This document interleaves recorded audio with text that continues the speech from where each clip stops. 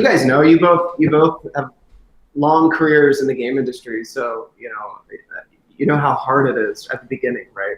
Yeah, I would not be where I am now without help. And I know explicitly, and each individual time, each individual time where, like, especially in the beginning, where someone was directly contributing to my success. There's definitely a Spartan mentality. It's like once you leave school, you're kind of off on your own. And once you're off on your own, finding jobs, and you get laid off, you're off on your own again. Yeah. There isn't really a strong community, even with professionals, small and big, that actually has a place for you in terms of like, here's a job site. It's basically between friends, and it's very unofficial.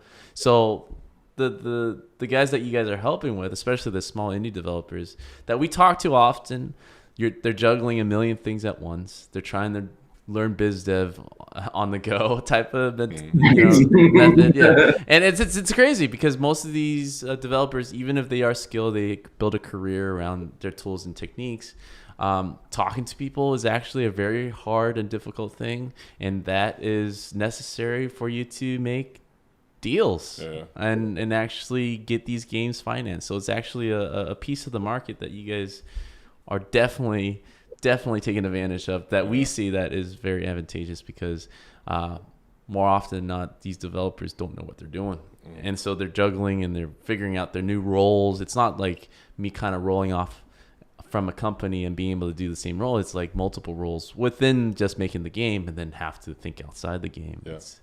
It's kind of my headaches. I've got friends who are, are in the game industry, and they're, self-described introverts, right? And they're like, I don't want to mess with, having to talk to people, definitely, but I just want to build a game, right? And how can I do that, but also, like you said, manage my time and juggle learning these soft skills, to be able to do this. So it's like, that's really what we're trying to do, like create these binding agents, maybe some management and automation there, so that you can just focus on your passion project, like focus on what you're wanting to build. Because, we think games are like the echelon of creative, manifestations or whatever. It's like the most amazing thing. So it's like whatever we can do to help enable that.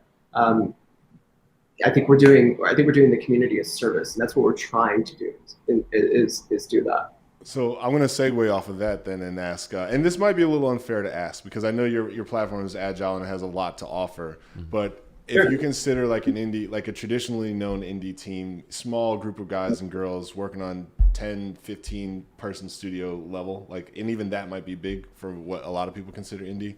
What would you say is like the biggest headache that you guys solve for like the small indie developer? Would you say, like, if you could champion one main feature as a selling point to be like, look, if you have this problem, come to us because we have the best solution. If you were going to champion one thing. Honestly, I think it would be our matchmaking. Okay. Because I think that's really what it comes down to is you put a group of people together that have a set of skills, finding the right match to get your team work. If you're doing that, which the majority of teams and individuals that we know outsource themselves at the same time as like building their title, because they have to, especially if you're building an indie game and you're not financed, you're going to have to make money somehow. Right. And so why not do it in parallel, on the same platform? And I think, in my opinion, it's the matchmaking piece, because we can automate that. We can automate your calendar. You're like, hey, I am open to work these days, and let's go. Right. And the team's together, we're vetted, whatever. Like, hey, somebody's just inquired for your team to do, a 6-month contract on something. Yeah, and to kind of add to that, why matchmaking is so good on our platform is that we actively vet not just for kind of the hard skills required to determine whether someone's qualified to work on something, but we, in our research and in having been embedded in the game development community, we've also found that there are a bunch of soft skills and kind of things in between that lead to turnover within organizations. So you could hire someone, I don't know, some long-term veteran from LucasArts or from Pixar, but maybe, even though they make great work, maybe the pace at which they make the work doesn't quite fit the type of game that you're making, because you're making like a mobile game and you're looking for in-game assets that you want to churn out every week. Right. Whereas this person, makes amazing work, but is used to working on it 4 weeks at a time. And so they're just like little nuances in different roles within game development that we really like to kind of vet for, such that that when you're hiring someone on our platform or putting yourself out for hire, you're going to be matched with the right project that matches your specific specifications, your work style, specialization. Yeah, it's very nuanced, and we basically try to cover all of the bases when it comes to that nuance. So you're going to get a good match. All right, so I gotta ask then. After hearing that pitch, I'm LinkedIn and I've got the monies, right? Like I want to buy that. Are you guys for sale? 'Cause that's like that's something that a big company would seriously want to acquire. You guys are sitting on some technology there. Yeah.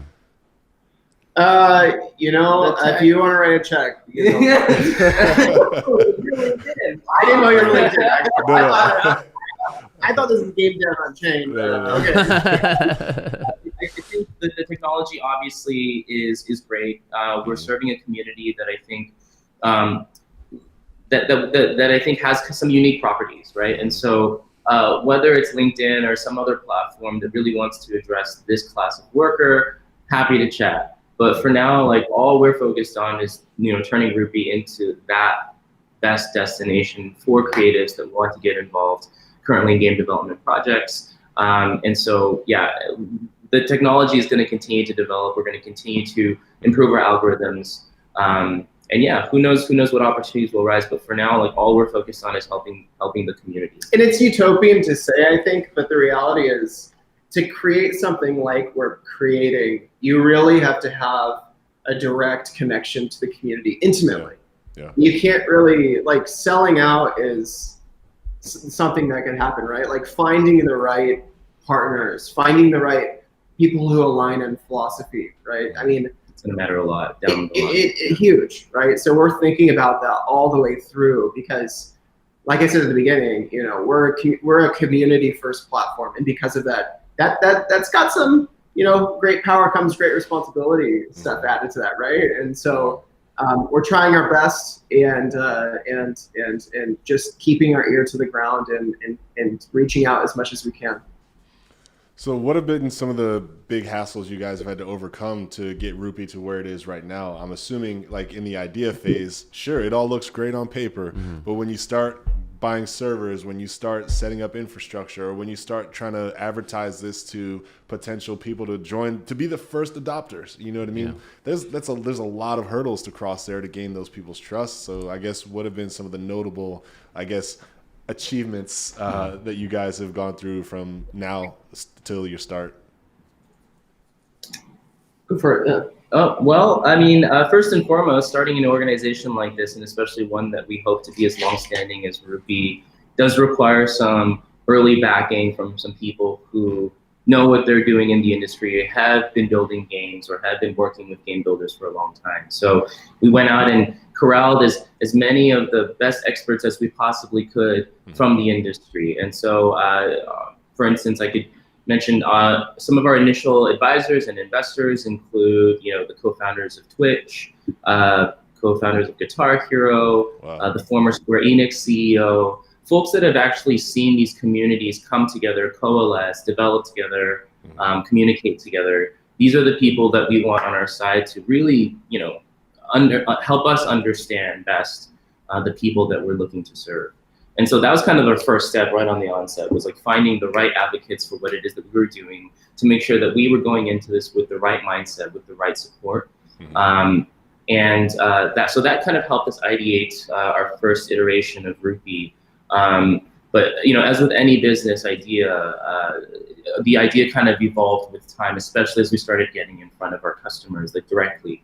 And so when we co-hosted our first conference out in New York, which is Play NYC, we really started talking to a lot of devs, and that's where we realized, some of our assumptions around what it is that devs needed. And at the time, Rupee was targeted more as kind of like a crowdfunding platform and crowd building platform for games.